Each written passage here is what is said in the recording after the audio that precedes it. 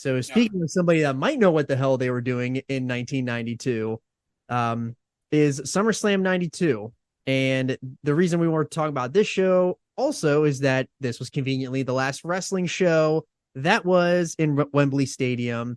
So with that, we're going to let Mongoose take the reins and give us the details on SummerSlam 92. All right. So thank you, Mr. John. So we have a August 29th, 1992 card coming to us from Wembley Stadium. This one is especially special to me because 1992 was the year that I was actually starting to get on delay pay-per-views, so that if something took place on a Sunday, I got the recorded VHS tape like a week later or whatever. SummerSlam 92 was one of the first shows that I got to see for that. And so really quick before we get into everything, going to the Wrestling Observer newsletter from that year. The actual edition was the September 8th, 1992 edition of the Wrestling Observer newsletter. SummerSlam 92 received a 73% thumbs up, a 15.3% thumbs down, and an 11.7% thumbs in the middle. So that was based off of, what do we got here? About 110-ish votes. Best match overwhelmingly was Bret Hart versus the British Bulldog. Second place in that poll was Randy Savage versus the Ultimate Warrior. The worst match overwhelmingly was Nails versus Virgil. Second place was Shawn Michaels versus Rick Martell, which I very greatly disagree with there. Undertaker versus Kamala, which I very greatly disagree with there.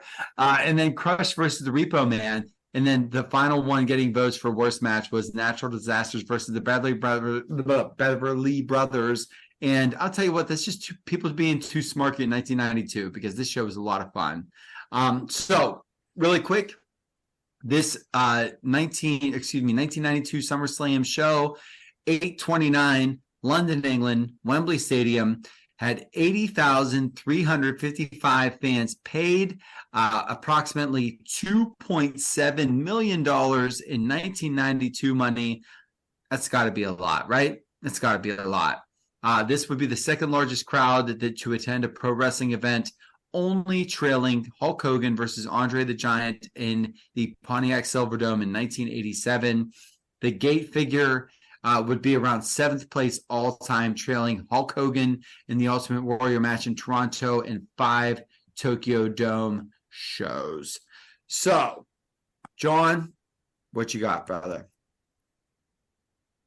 Yeah, that would be about it would be over $4 million in today's money is what the purchasing or what the ticket price. Okay. So that's big time money, man. Big time money in 1992. Yeah. So this show's an absolute spectacle. One thing to lead off before we get into, the show is that this SummerSlam was actually supposed to take place in Landover, Maryland. And when they realized that, this is also business is way down in 1992.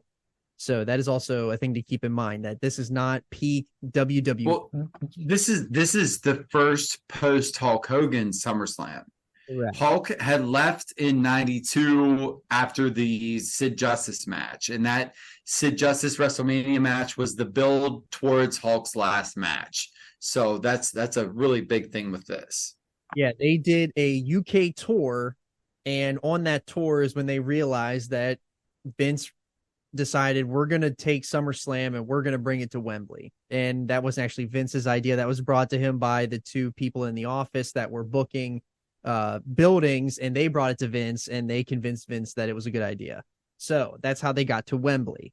And that's absolutely insane to think about, that this is the first biggest, this is the only SummerSlam that's been not on American soil, the first and last one, and they haven't done it since. And it's really crazy that, AEW kind of beat WWE back to Wembley, which is an insane thing to think about. But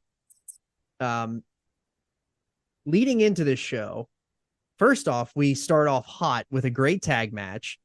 Dave gave this match 2 1/4 star. This is LOD versus Money Inc. How about the fact that Ico Pro sponsored this show? Yes, this is right. Dude, yeah. Every time they showed a body, like, oh, Crush, he's a beat. He takes his Ico Pro. I popped.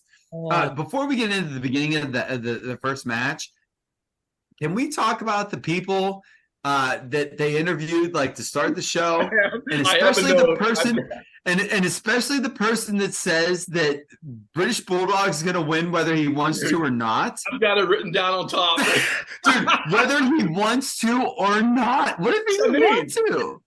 Yeah, that's actually really funny that you mentioned that, because what a line. Whether he wants to or not, British Bulldog is going to win whether he wants to or not. Brother must have known it was a work from the get-go. Yes, that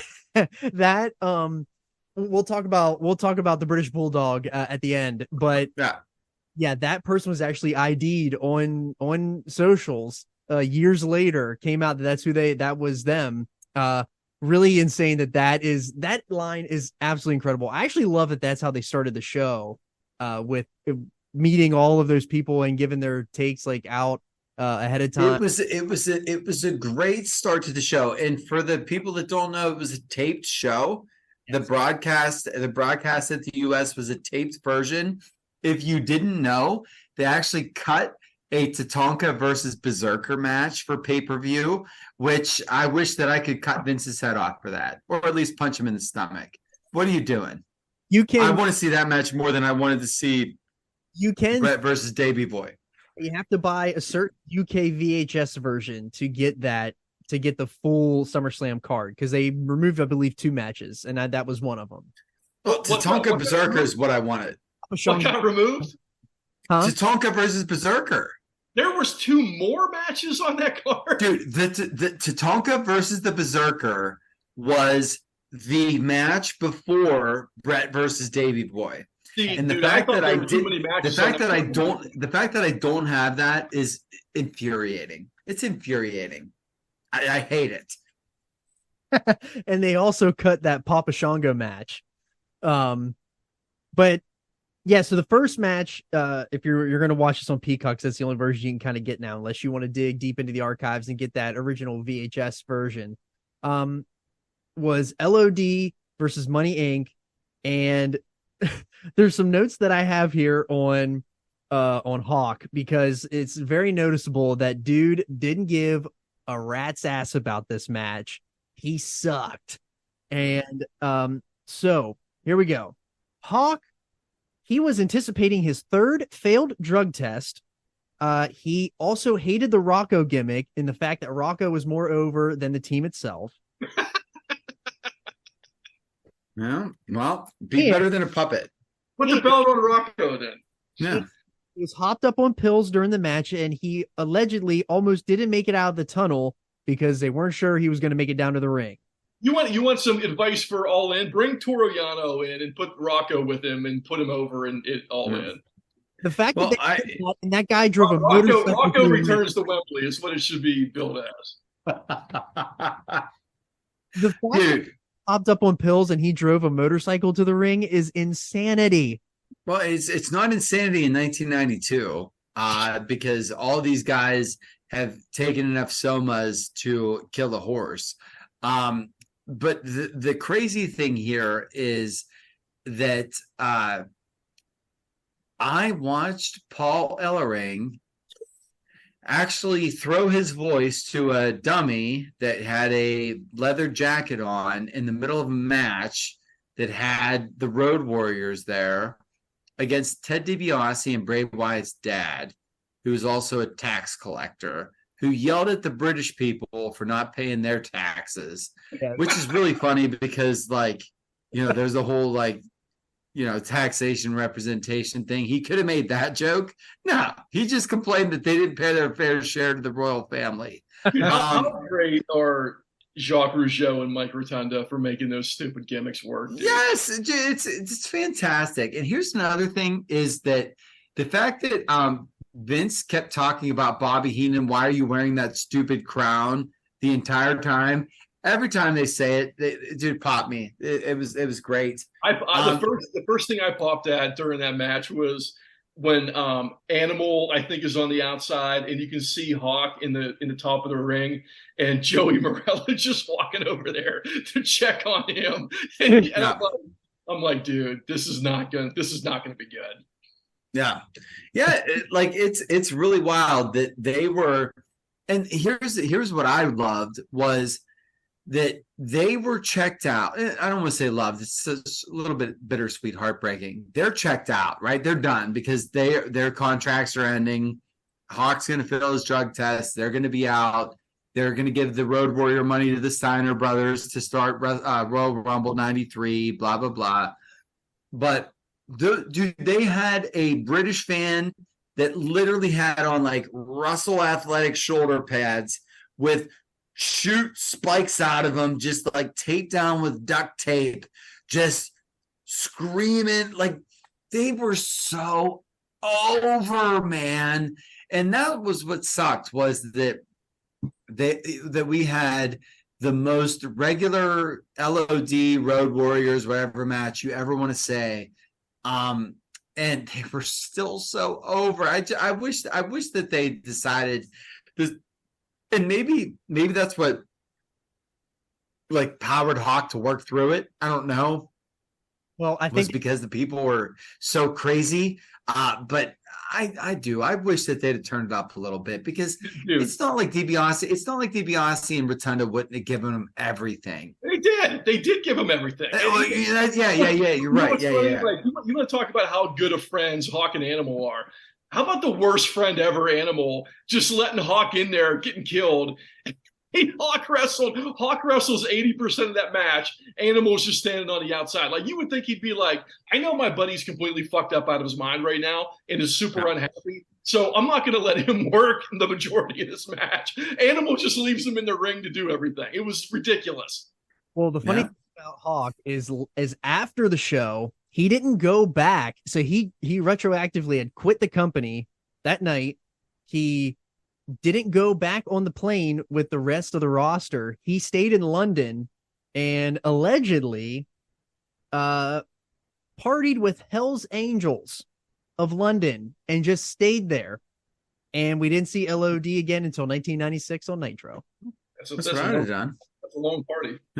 Yeah, that's what I'd have done. So it makes sense. The finish was awful. No, it was a total poop fart. And Hawk is in the way. Hawk is in the way. Animal had to grab Rotundo and pin his ass. It was ridiculous. So bad. And there's still Paul Ellering throwing his voice on a ventriloquist dummy. What are we doing? Dude, John, did you ever see the Superstars where they found Rocco? No. It's so good. You're doing yourself a disservice. I will find this, not tonight, because by the time we get done, it's too late. I will find this. There is this entire WWF Superstar segment where they're going back to their roots, going through a demolished part of Chicago, Illinois, and they find, just amongst rubble, a ventriloquist dummy. And Rocco is going to be their rallying cry. It's I would say it's the stupidest thing ever until you see Tatanka go to an actual Native American reservation and have his full headdress and head paint on, or face paint on, and go in front of these actual like poor Indian kids that live on a reservation. But it's bad, man. It's bad. It was bad. But yeah, then we get a little bit of a Ric Flair backstage segment. These were always good, but the other thing that was crazy of note is that there's no Ric Flair match in Wembley Stadium. I mean, he's wearing his gear, which drives me out of my freaking mind. And the robe. It doesn't drive me because he's always ready, man. I actually like that. I actually like that he's ready to rock the whole time. Full regalia. Just what are we doing, Rick? Oh, nothing. I just came to the show and I'm here to party. I love it. I do. But the next match, which I was so excited when we saw this, it was Nails versus Meat Sauce Virgil. Yeah, dude. This was everything I ever wanted to see. I was so excited. Dave gave it a half a star. It's the main event in the world. Dude, that's a half a star more than I'd have gave it. Why was Virgil's nose running so bad in that interview segment? I literally wanted to talk about this, that I could not. Damn you, HD, for me being able to just see straight snot running out of Virgil's nose. And so I can only attribute that to a high amount of amphetamine. There's nothing else that would cause a human's mouth or a human's nose to just run, other than you're on so many uppers that you can't deal with it right now. And so you can't pee, but you can just drain waste out of your nose. So good for you, Virgil. That was what I took out of it. So, the last note I had on that match was congrats on the Hasbros. Yeah, both of them, man. I'll tell you what, dude. They both deserved them. Here's the thing. Match was terrible. The gimmicks were so 1992, and they both deserve figures. They did, and I'm glad they got them, and I thought that this was great. It was a total half star. This is not over or undershooting anything. This was a half star match, and I loved it. I loved every second of it. Yeah. Something other of note here really quick too is that this show is where Nails, when he eventually gets his payoff from this show, is whenever he goes to assault Vince, physically assault Vince backstage, and then claim that Vince sexually assaulted him. And that's why he was going to see. And here's what's great is that Nails then says that Vince made him take steroids, and no one has ever had a baggier prison uniform than Nails. Yes. Like Nails could have been built worse than me on 7 months of donuts, and no one would have known, because it's a baggy DOC numbers. Town, Nails. Not to say that Vince didn't call his shot, you know what I mean? But he definitely didn't give him no juice. But yeah, we did Lord Alfred Hayes backstage, who's at Macho Man's locker room, and they did this throughout the show. He eventually goes to Ultimate Warrior's locker to see if he can get some insight on who is if I think this is the last Lord Alfred Hayes appearance. I think, because I don't remember him after this, and I love Lord Alfred Hayes, man. I think he's great. I do. I think he's great. Gotta get a figure. Somebody's got to make a figure of Lord Alfred Hayes. Yeah. But the next match, and 1000. This was my favorite. I think this is my favorite match on the show, and Dave gave it a half a star, and I have to 1000% disagree.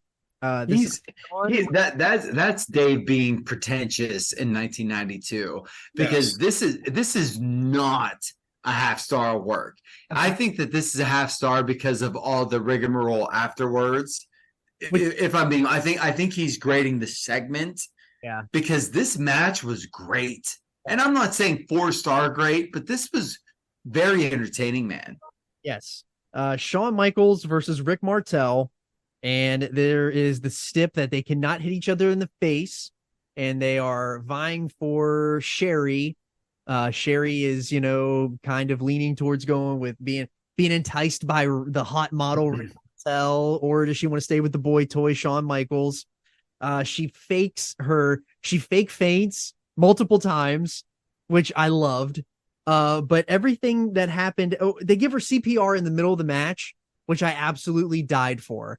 When they gave her CPR, fighting back and forth for who's going to give her CPR was fantastic. Well, the first thing we need to state is that this is 1992 and not 2022, and so there's not like Instagram model buttholes all over the place, and so Sherry having those like cheeks out. Once Bobby Heenan says about like people keep singing "Moons Over Miami," I'm dying at all of the butt references that Bobby Heenan's making. He's popping Vince right next to him. These guys worked awesome. The fact that they worked around "I can't hit you in the face" so well. Shawn Michaels, a really subtle thing, super kicks Martell in the chest. At that point in time, the super kick wasn't really Shawn Michaels' finish. It was actually a super kick into like a gut wrench kind of suplex. But he doesn't super kick him in the face. He super kicks him in the chest. I thought that those little things like that were awesome. And then once Sherry gets up there and then faints, and the fact that they showed the pre-match thing of Rick Martel looking at Sherry and her eyes get huge and he winks at her, and they put the camera on Sherry and her eyes are huge and she winks at him. Like, dude, who's a better pro than Sherry Martel, man? She's a Hall of Fame and like first ballot, man. She's so good at what she does. And her doing that faint gimmick and then looking up and looking at the guys, and then they come, and then Rick Martel coming out with that bucket of water, yes, and him being babyface of the millennium. I'm gonna throw it, and then he just dumps it on her. Dude, that I was dying. I absolutely loved it. To me, that's a 3-star match, and that's a 4-star segment. And I don't care what Dave thought. I thought that was awesome. I thought it was awesome. I love how many times Sherry bumped on the ramp on the way out. Just that's what I mean, dude. She would just flop down, and then Martel came out, and the crowd reaction he got for holding that bucket of water, and then when he just dumped it right on her, it was perfect, brother. It was perfect. It was. But then we got Natural Disasters. They defeat the Beverly Brothers, and Dave gave this one a 1-star. I'm sorry, I had to check an email here. I got one more note from that last match. Okay. I put, the rat with the Michaels sexiest man in the world sign just got done eating a can of baked beans for breakfast. That's what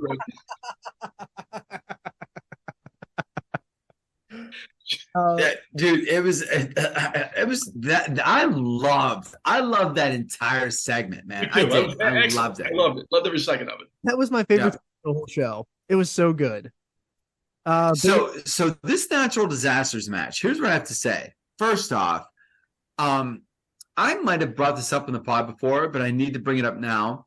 One of the more traumatic wrestling childhood experiences in my life was me watching WWF Superstars on a Saturday morning in my living room as an 8-year-old, and seeing Money Inc. put the there was the sleeper from Erwin R. Shyster and then the $1 Million Dream from Ted DiBiase. They kept tagging off to each other and to put out Typhoon, and they won those belts off of the Natural Disasters.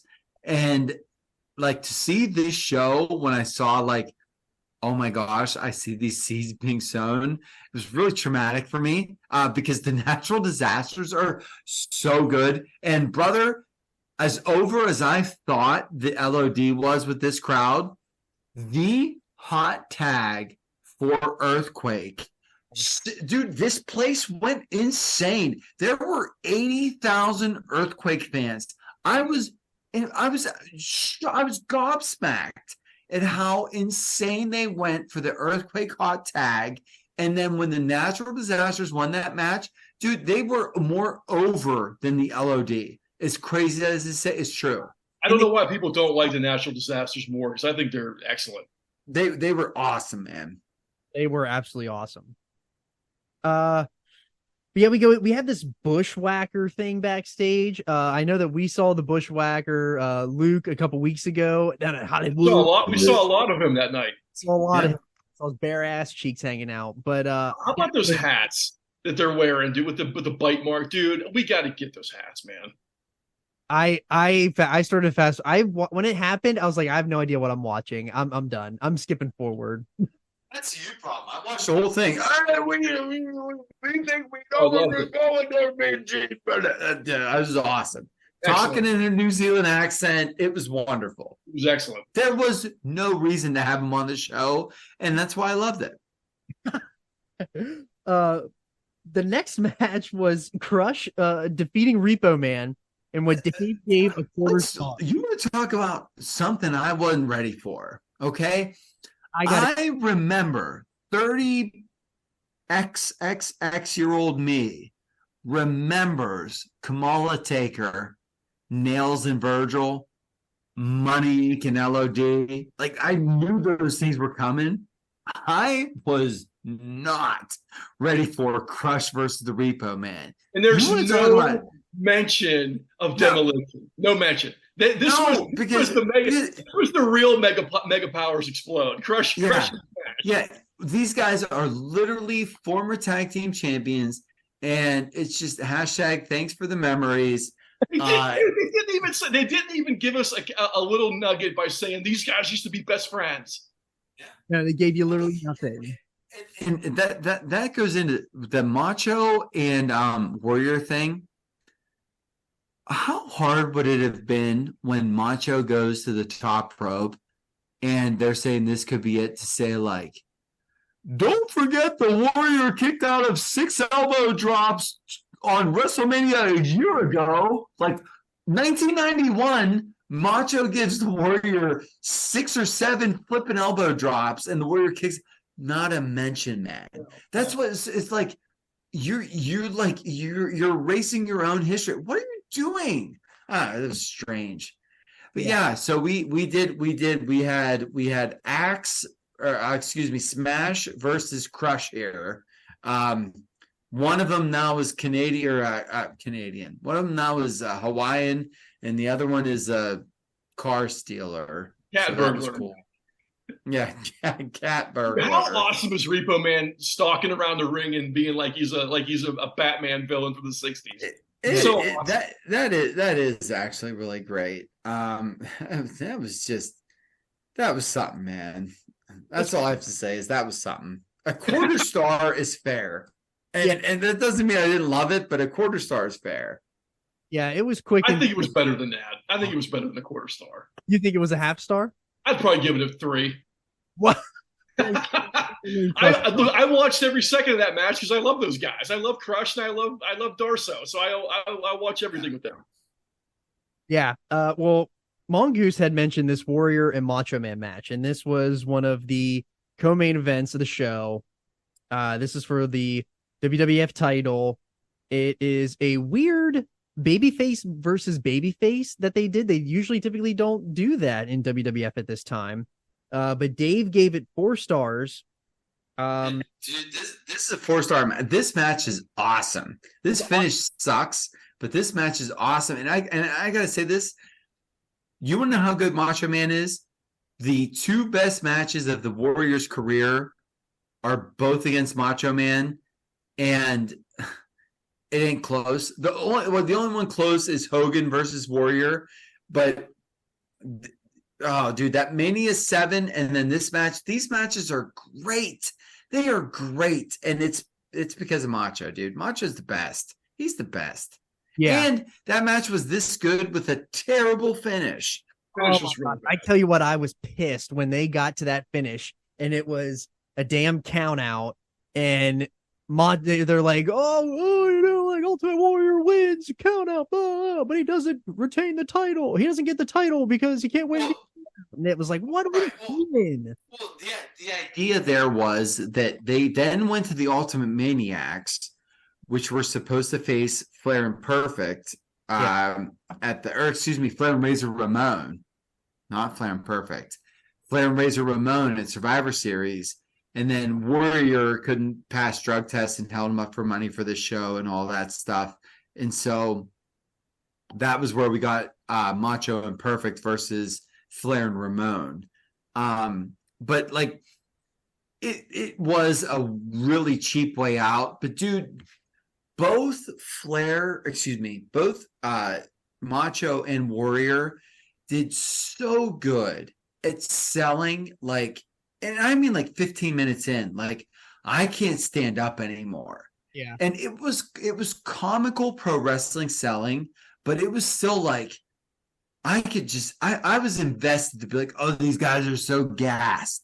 Do you know what I mean? Like, especially 8-year-old me is just like, oh my gosh, can one of you stand up? Whoever stands up wins, you know? And then the way that they did that subtle perfect pull the boot of Macho. Oh my gosh, he's on Warrior's side. And then they jump in, they beat down Warrior. Oh my gosh, he's on Savage's side. I did really think that was great. It's just the finish was terrible. All-time but great gear match, though. What's that? All-time great gear match. Macho's gear and this Warrior gear is insane. It's insanely good. I don't understand why he chose that. The human meat gear, but it's because the heart of whatever is the blood of the Warrior. Because where on his meat suit, where the heart was, is a Warrior symbol. He didn't want to put the paint on, I'm assuming. He wanted to get lazy. It's because he was off the gear. Yeah. And so we had two guys that just went off the gear. Yeah. Macho, even though both of these people are built the way that I wish that I could be for a day, they both felt the need to cover their bodies. So Warrior is off the gear. That's why he's wearing singlets at this time. Macho off the gear. That's why he's wearing his shirts. I need to say this, that Dave said the Warrior shrunk like crazy. He looked about 225, very much like a taller Brian Pillman, but without the wrestling ability. Considering he looked like this when he came back, then suddenly got noticeably bigger, then shrunk a major amount in just a few weeks, you can't convince me of anything other than he was given special permission to use chemical aids up until a few weeks ago because he looked exactly like every big bodybuilder a few weeks before getting off the juice. Savage was great here carrying the action. So big rap on that match. There was a reason that Warrior was gone for a while and then ran in very late to the Papa Shango thing at WrestleMania 8, and now here he is. And now not only is he back, but he's wearing his singlets, and But I like that looked like Brian Pillman without the wrestling ability. So good for you, fine, Brian. Yeah, and then we get this next match, which is Undertaker and Kamala. Dave gave it a -1 star. Dude, when I heard Taker's music, I got up and went in the kitchen and got something to eat. I didn't see any of it. Oh, it's -1. Dave gave it -1. I gave it +19 for overall 18 stars. I love this, dude. I was so in on Taker versus Kamala, so I don't care. I know that this gets paid off at Survivor Series. I love it. I love it. Love it. The entrance that Undertaker made is very memorable, and you know what? Put the damn belt on Kamala for that cell job. Kamala's so great, man. The way that he sells being spooked. Oh, dude. I just love it. I love it. I probably should have watched it, but I just didn't watch it. Go back. It's only like 4 minutes long, so it won't take much of your time. Kamala's the greatest, man. And they're going to do the payoff where Taker spends 4 months, playing standing boards, building the casket for Kamala. But I loved it. I did. And so the spoiler alert for all the listeners, I didn't watch the main event. So I watched everything but the main event, so I'll let you guys talk about it. I think it was pretty good. Yeah, this is Bulldog, British Bulldog versus Bret Hart for the Intercontinental Championship. This was the big match, Bulldog's hometown, the big main event, and another double babyface match. But Dave gave this 4.5 stars. The notable notes here about Bulldog is that he was legitimately hitting the crack pipe, according to Bret Hart in his book. So if you read the Bret Hart book, he talks about this at length, where he could not get a hold of Bulldog to put together this match, and he literally found him at the airport. He had been on a crack bender with Anvil, and then when they got into the match, who hasn't been? We've all been there. I was just gonna say, yep. We're 3 for 3 on this show. Right after Bret does that headlock takeover, that's where Bulldog looks up and says, "I'm fucked," and then Bret has to call the whole damn thing in the match because Bulldog forgot everything, and Bret had to take over. Well, I put down number one that Diana Hart is so hot. Number one, and I give Davey, David Smith or whatever, Davey Hart Smith, whatever you want to call him at this point.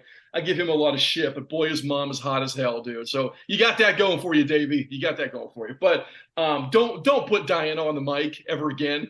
No. We don't need to hear her talk. But I actually think this is Bret Hart's best performance, and I say that because of the story of him calling everything on the fly and leading him through that entire match. I think this is the best performance Bret Hart's ever had. Yeah, this is the peak of Bret Hart. And the one thing that I do want to talk about or mention is that Bret Hart started a sharpshooter while they were both laying on their backs and feet facing each other. Bret Hart started a sharpshooter from that position where he locked it in, stood up, and then rolled over. That was like that. When I saw that, I was like, that's insanity. Like, I mean, this is one of my favorite matches ever. And I think some of that has to do with the fact that I know the backstory now, years later, and going back and kind of knowing that and watching the match. This is probably my favorite Hart match, and it's definitely one of my favorite matches of all time. Yeah, the lore behind it really adds to it. And if you do read that Bret Hart book, I mean, it's 19,000 pages long. It'll take you forever to read. It took me 5 vacations to finish it. But I love it. This match is probably the best Intercontinental Championship match that they have ever done. Who knows what Gunther might do with Chad Gable coming up here, because that Gable match they did last night was awesome, and I know they're going to do more. But this match is fantastic. 4.5 stars is perfectly placed. Davey wins in his hometown. 4.5 1992 stars is a big deal. That's a big deal, man. It really is. Like 4.5 1992, like it's almost an adjust for inflation kind of deal. Because like if that's today, just because of the work rate and everything, the way that things have gone, like a 4.5 star 1992 match that's a 5-star match plus today, and that should be noted as well. Yeah, Monkers, I know you've seen this match 100 times. But did you have? And I know you didn't watch it, this time around. But did you have any thoughts on it? No, I've seen this match. If I was going to guess, I'd say I'd probably seen this match a half dozen times before. The only thing about it it's not irritating is the wrong word, but because AEW is going to Wembley, they keep redoing this finish. Which, like, the first couple of times I saw it was like endearing, and now it's, I don't know, like I get what you're doing.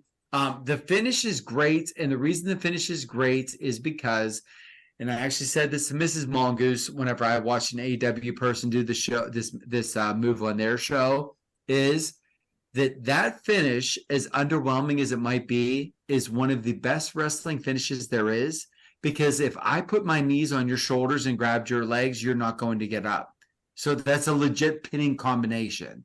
Like out of all the things, if I did a swinging net breaker, or if I did a leg drop or whatever, that's not this. The reason that this finish is so good is that it's a legitimate pinning combination that ends a epic 20-ish plus minute match. And so, yes, man, it is a classic. It is something that everybody should watch if they have not. And if you've seen it once, you should see it again. And the only thing I'm going to say is that it's not the best IC match ever, only because there are 2 ladder matches that both involve Shawn Michaels and Razor Ramon that I can't put this above. But it's close.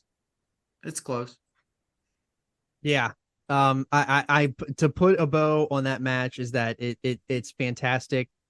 Everyone should watch this. And this is what makes it really sweet for us, is that we've watched 2 WCW shows that have been the shits, and they were terrible. And we went and watched a WWF show from 6 years prior that didn't have the star power. Actually, you know what? It had better star power than that show, and those shows 98 did. But it was significantly better. So significantly better.